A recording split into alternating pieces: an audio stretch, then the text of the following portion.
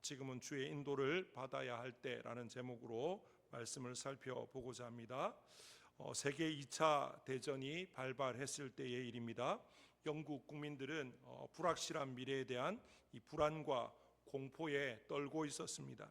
이때 영국 황실과 또 처칠 수상은 영국 교회에 요청해서 일제히 전쟁이 발발하던 그날 온 교회에서 같은 시간에 종을 울리도록 그렇게 요청을 했습니다. 웬 종입니까? 누구를 위해서 종을 울립니까? 라고 물었을 때 그 종은 전쟁에도 불구하고 희망을 심기 위한 희망의 종이다 라고 이렇게 명명을 하게 되어지고요. 동시에 영국 황실은 영국 성공회에 존경받는 주교였던 이 윌리엄 템플이라고 하는 이 주교에게 전 국민에게 보내는 이 방송 설교를 이제 의뢰하게 되어졌습니다. 그래서 템플 주교는 그의 설교를 이렇게 시작했는데요. 제가 한번 읽어드리겠습니다.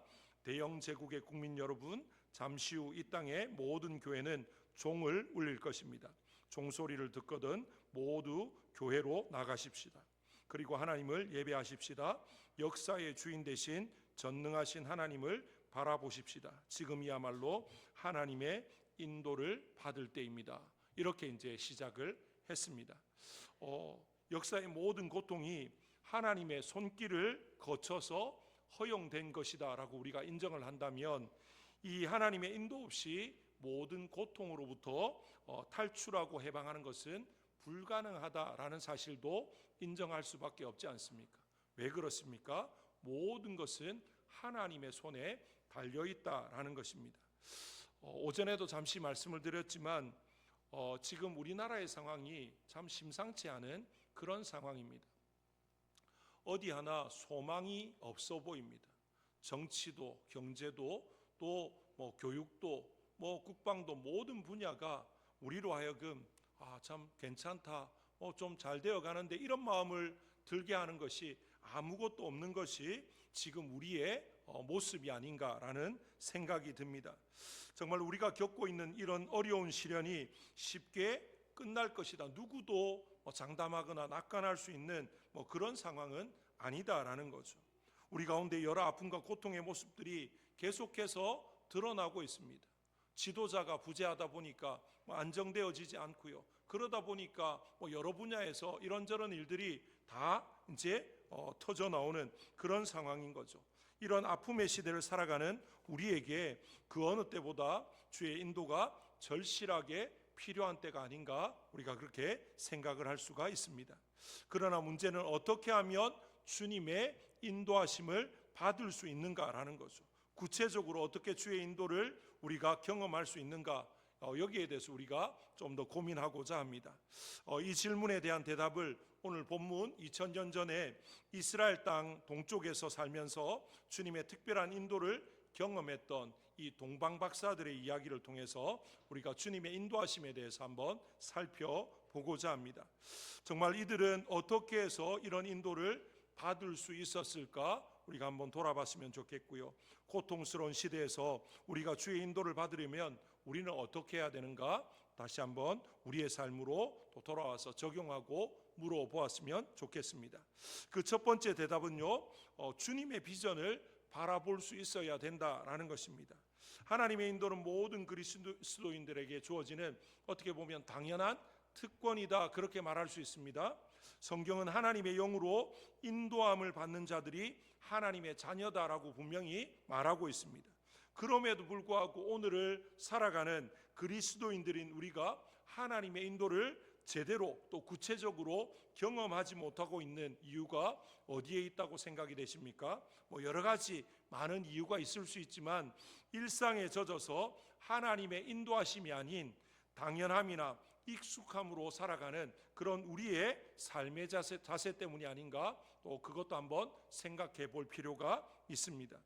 우리는 이렇게 생각을 하는 거죠. 사람 사는 게 다 그렇지, 그냥 그렇게 살아가는 거지, 그냥 삶에 대해서 그냥 받아들입니다. 하나님의 인도하심을 구하기보다 사람 다 살아가는 게 특별할 게 뭐가 있느냐라는 식으로 좋으면 좋은 대로, 힘들면 힘든 대로 그냥 그렇게 살아가려고 하는 그런 우리의 모습이 하나님의 인도를 더 간절히 구하지 않는 그런 모습으로 나아가지 않는가라는 거죠. 삶에 대한 돌파구를 찾으려는 그런 간절함들, 구체적인 기도가 우리에게 없기 때문이 아닌가라는 것입니다. 왜 그렇습니까? 희망이 없기 때문에 그렇습니다. 꿈이 없기 때문에 그렇습니다. 꿈 이야기를 하면 우리 연세 드신 우리 성도님들은 꿈은 저 어린 아이들이나 젊은 아이들이나 꾸는 거지, 나이 많아서 이제 인생의 황혼기에 접어든 우리에게 무슨 꿈, 이런 말씀을 하시는 경우들이 종종 있습니다. 하지만 꿈은 남녀노소 이런 것들을 가리지 않습니다. 누구나가 하나님을 위해서 원대한 꿈들을 가질 수 있음을 기억했으면 좋겠습니다. 하나님이 하시겠다는데 내 나이가 무슨 상관입니까? 세상 사람들도 뭐라고 이야기합니까? 유행가 가사에도 내 나이가 어때서라고 말하지 않습니까? 세상 사람들은 오히려 나이를 이겨보려고 그러는데, 예수 믿는 우리가, 하나님을 주인으로 모신 우리가 나이 때문에, 건강 때문에 이것도 안 되고 저것도 안 되고 그러고 있으면 세상 사람들보다 나을 게 뭐가 있습니까? 하나님이 주시는 크고 원대한 꿈, 주님의 비전을 바라볼 수 있기를 원합니다. 그 꿈을 생각하면 자다가도 벌떡벌떡 일어나서 기도하고 다시 한 번 더 주님 앞에 무릎 꿇고 또 가슴이 설레이는 그런 주님을 위한, 주님이 주시는 비전들이 저와 여러분에게 있기를 주님의 이름으로 축복합니다. 오늘 본문에 나타난 동방 박사들은요, 먼 동방으로부터 예루살렘, 이 베들레헴을 향해서 찾아가는 그 여행을 어떻게 시작했는가 우리가 한번 살펴볼 필요가 있습니다. 그들이 처음에 뭘 보고 왔다고 이야기합니까? 동방에서, 그들이 있는 곳에서 정말 특이한 별을 하나 발견한 거죠. 어떻게 보면 이 별이 하나님이 그들에게 주신 하늘의 비전이다, 하늘의 빛이다, 그렇게 말할 수가 있을 것입니다. 이 별이 어떤 별인지 정확한 문헌의 기록이 없다 보니까 알 수는 없지만 아마 보통의 하늘에서 볼 수 있는 그런 빛이 아니었을 겁니다. 좀 특별한 뭔가가 그들에게 이렇게 보여졌을 것입니다. 그래서 그들은 그 별을 보고 이게 이런 계시구나 라고 하는 생각을 하고 출발하게 된 것입니다. 그들이 그렇게 출발하게 된 게 왜냐? 여러분들, 동방에 여기 이제 박사라고 나와 있지만 이 박사가 오늘날 우리가 생각하는 어떤 학문적인 박사, 이게 아니고요. 그 당시에 박사는 이 점성술가, 이런 사람, 이제 마술사라고 말할 수 있습니다. 오늘날 이제 이렇게 손재주나 이런 걸 통해서 뭘 이렇게 보여주는 그런 마술사가 아니고, 다니엘서나 또는 창세기를 보면 요셉이 꿈을 해몽함으로 총리가 되어지고, 다니엘이 또 왕의 꿈을 해몽함으로 어떻게 됩니까? 이제 모든 박사들의 어른이 되었다라고 이야기합니다. 그 박사가 누구냐? 꿈을 해몽하고 하늘의 어떤 이제 별의 움직임이나 이런 것들을 관찰해서 이제 앞날을 좀 예견하는 이제 그런 일들을 했던 사람. 그러니까 이 사람들은요, 그 시대 가운데 굉장한 지위와 명성과 대우를 받던 그런 사람들인 거죠. 다니엘서에서 다니엘이 그 시대에 이 바벨론의 모든 박사들의 어른이 되었는데, 다니엘이 어떤 사람입니까? 하나님을 믿는 하나님의 사람이었습니다. 아마 다른 사람들이 다니엘에게 당신은 어떻게 해서 이런 꿈을 잘 해몽하고 어떻게 해서 이렇게 왕이 말만 하면, 왕이 꿈에 대해서 이야기도 안 했는데 그 꿈이 무슨 꿈이고 또 꿈의 내용이 뭔지 어떻게 그렇게 잘합니까? 어떻게 잘 알 수 있습니까? 물어보면 다니엘이 뭐라고 말했겠습니까? 내가 한 게 아니고 하나님이 알게 하셨다.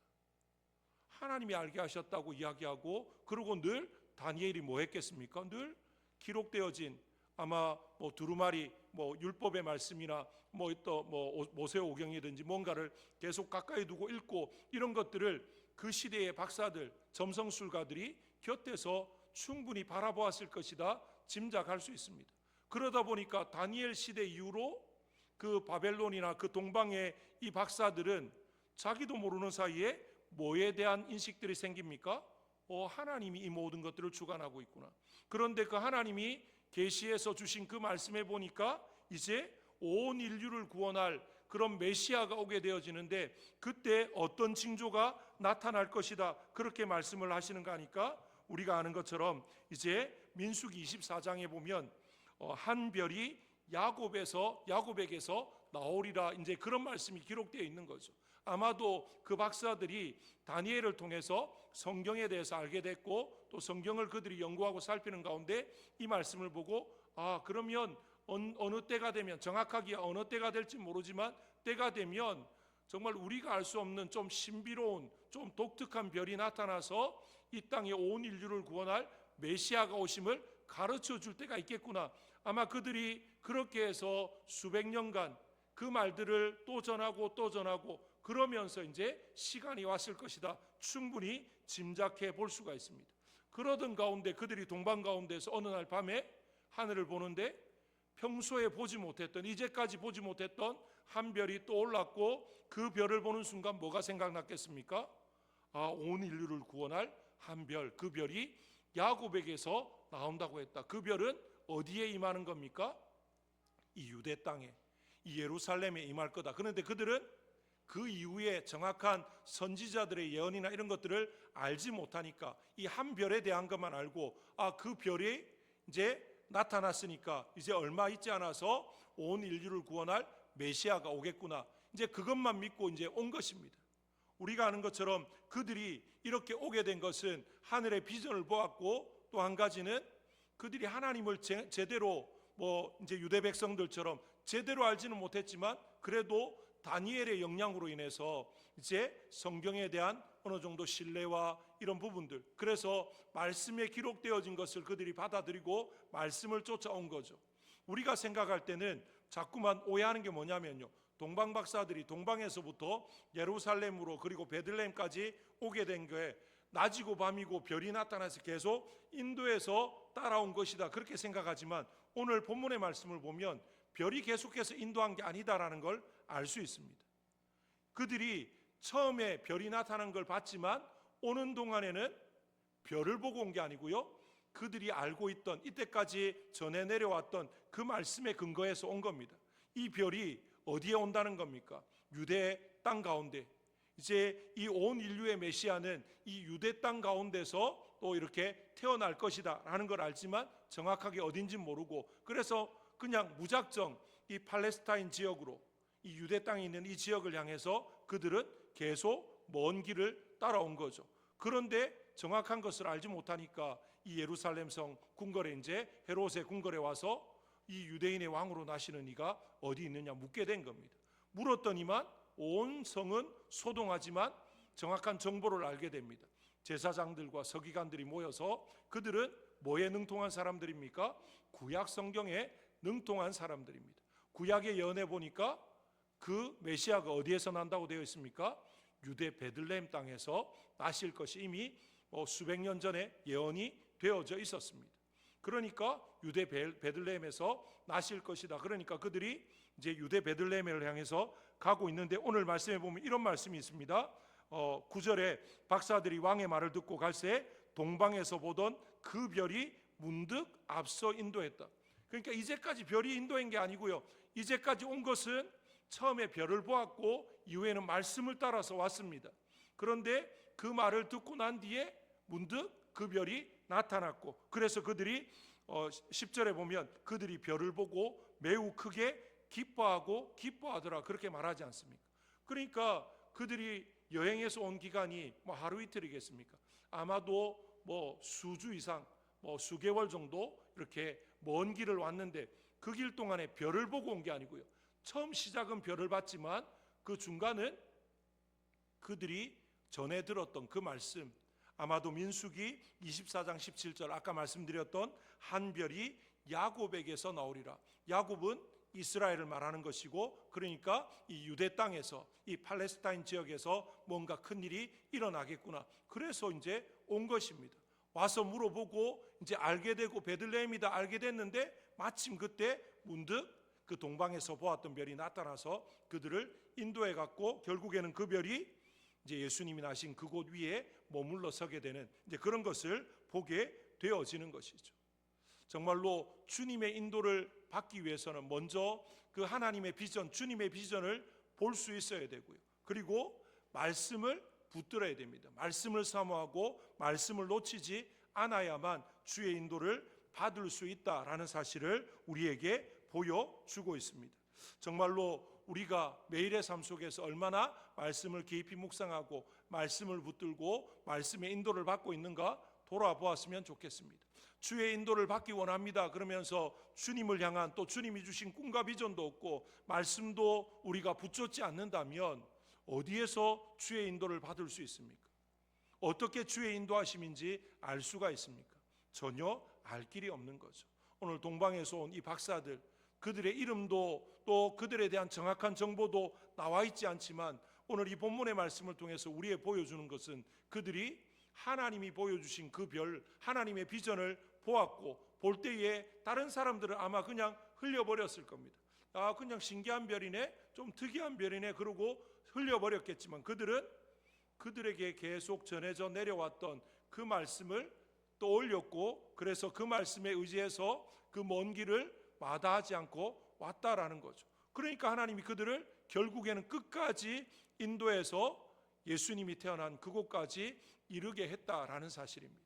오늘날에도 마찬가지입니다. 하나님은 하나님의 비전을 보고 말씀을 붙들고 포기하지 않고 끝까지 나아가는 그 사람을 하나님이 원하시는 그 자리까지 또 그 일을 이루기까지 인도해 가실 줄로 믿습니다.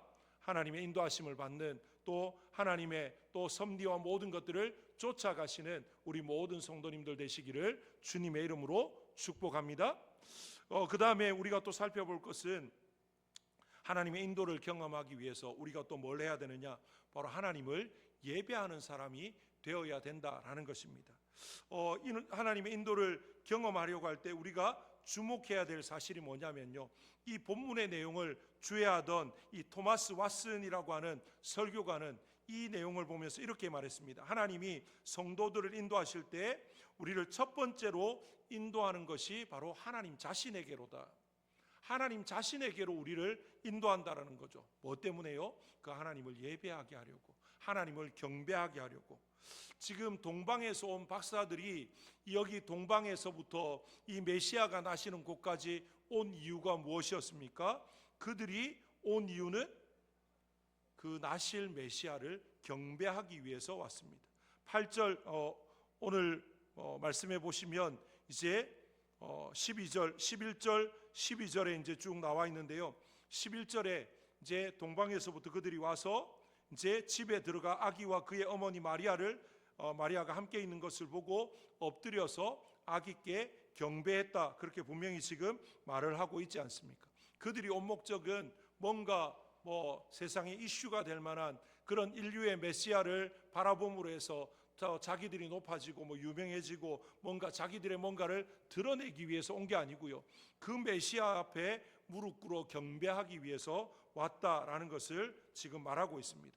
오늘 읽었던 본문 2절에 유대인의 왕으로 나시니가 어디 계시냐, 우리가 동방에서 그의 별을 보고 그에게 경배하러 왔노라. 분명히 자신들이 온 목적을 밝히고 있지 않습니까? 그런데 여기에서 우리가 또 주목해서 볼 한 가지 사실이 있습니다. 이 박사들을 인도하기 위해서 하나님이 뭘 사용했습니까? 하늘의 별을 사용하셨습니다. 그런데 이 박사들은 그 별을 경배하지 않았습니다. 그들은 누구를 경배해야 될지 분명히 알았던 거죠.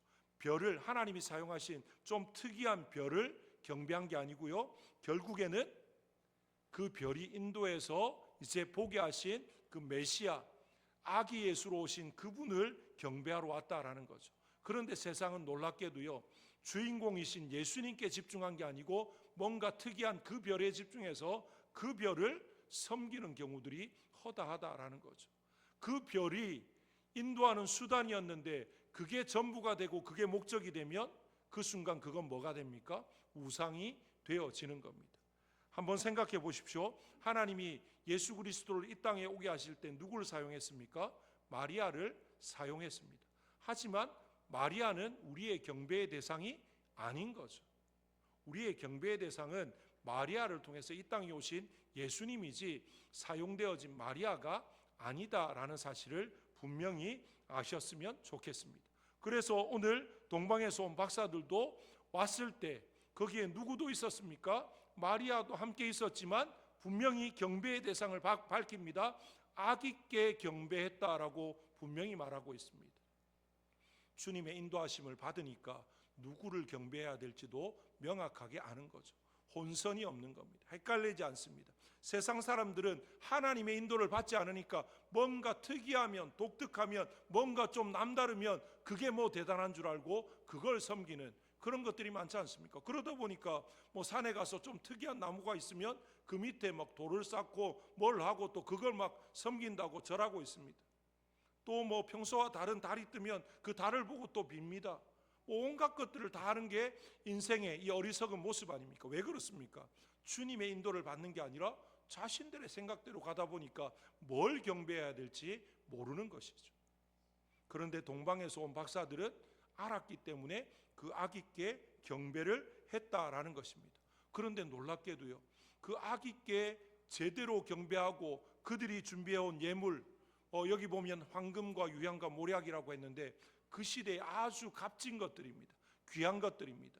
이제 이것이 이후에 나중에 이제 예수님과 그 가족들이 이제 헤롯을 피해서 애굽으로 갔을 때 거기에서 살게 되는 이제 그런 정착 자금이 되었을 것이다. 뭐 성경학자들이 그렇게 이야기를 하는데 하나님께서는 그 모든 것까지 아시고 예비하신 것, 지금 우리가 그걸 말하려고 하는 건 아니고요. 그들이 그냥 빈몸으로 와서 그 먼 길을 와서 예수님께 경배해도 그것도 참 귀한데 그들이 아주 값진 것을 가지고 와서 어떻게 보면 자신들이 할 수 있는 최선을 다해서 주님께 내어드리고 경배했을 때 어떤 일이 벌어졌냐면요, 그 경배 이후에 하나님이 그들의 갈 길을 인도하신 것을 우리에게 보여주고 있습니다. 12절에 그들은 꿈에 헤롯에게로 돌아가지 말라 지시하심을 받아 다른 길로 고국에 돌아갔다, 그렇게 말합니다. 아기 예수님 메시아로 오신 그분을 경배하니까 어떤 은혜가 그들에게 임합니까?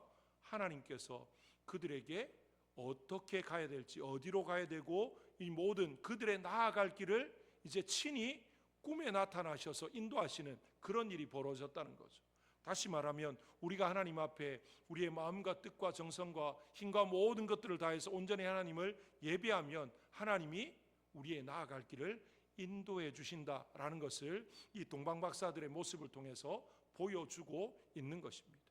예배의 자리에 나올 때에는 앞이 캄캄하고 막막했을지 모릅니다. 하지만 예배의 자리에서 하나님을 경험하고 하나님을 예배하고 그리고 예배의 자리를 일어서서 삶의 자리로 돌아갈 때에는 하나님의 인도하심을 받아서 너무나도 분명하고 기쁘고 또 복된 그런 마음으로 돌아가게 되어질 줄로 믿습니다. 예배가 그런 것입니다. 하나님은 하나님 앞에 예배하러 나온 사람을 그냥 돌려보내지 않습니다. 하나님은 뭐라도 우리에게 주기를 원하시는 분이십니다. 독생자 예수 그리스도를 우리에게 주신 분이 뭐가 아까워서 아끼시겠습니까?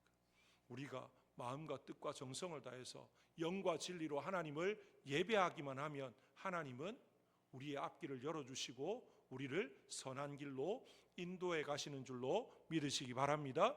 오늘 동방의 박사들이 정말로 주님의 인도하심을 받아서 그 동방에서 하늘의 별, 주님의 비전을 보고 또 주의 말씀에 의지해서 이 별이 수개월 아니 오랜 기간 동안 나타나지 처음에 보여지고 마지막에 이제 예루살렘 성에 와서 말을 듣고 그 앞에 문득 나타나서 인도했던 그 상황이지만 그 중간에 그들이 포기하지 않고 올 수 있었던 것은 말씀이 그들을 이끌었다는 것이고 우리도 마찬가지로 주의 비전을 품고 주의 말씀을 붙들고 나아갈 때 그리고 하나님 앞에서 우리의 삶의 자리에서 마음과 뜻과 정성과 영과 진리로 예배하며 나갈 때 하나님께서 결단코 우리를 놓지 않으시고 포기하지 않으시고 우리를 인도해 가신다는 것, 우리 앞서 행하시면서 우리를 선한 길로 또 복된 길로 하나님의 역사를 이루는 길로 인도해 가신다라는 사실을 다시 한 번 더 마음에 새기시고 올 한 해의 남은 모든 기간 우리 힘으로 그냥 앞이 보이지 않는 가운데 그냥 열심히 최선을 다하면 되지 않을까? 아닙니다. 하나님의 인도하심을 쫓아서 주와 함께 한 걸음 한 걸음 나아가셔서 한치의 오차도 없이 그리고 또 힘을 낭비하거나 또 이렇게 좀 돌아서 가거나 또 이렇게 여러 가지 또 시행착오를 겪는 그런 인생이 아니라 정말로 하나님의 인도하신 가운데 정말로 하나님의 때에 하나님의 방법으로 선한 길로 또 그렇게 인도되어지고 하나님의 영광을 드러내고 하나님의 놀라운 역사를 경험하심으로 기쁨과 감사와 찬송이 흘러넘치는 그런 아름답고 복된 우리 모든 성도님들, 우리 모든 믿음의 가정, 또 우리 교회가 되어지기를 주님의 이름으로 축복합니다. 정말로 주님의 인도하심은 우리에게 당연히 주어지는 거지만, 그런데 우리가 그 인도하심을 경험하기 위해서 주님의 비전, 주의 말씀, 또 주님을 경배하는 이 삶의 모습이 있어야 된다라는 사실을 다시 한 번 더 마음에 새기고 우리 자신들을 돌아보면서 오늘 이 시간 이후로 주의 인도하심을 정말로 세밀하게 우리를 지키시고 보호하시고 인도해 가시는 그 섭리와 손길을 경험해 가시기를 주님의 이름으로 축복합니다. 우리 시간 합심해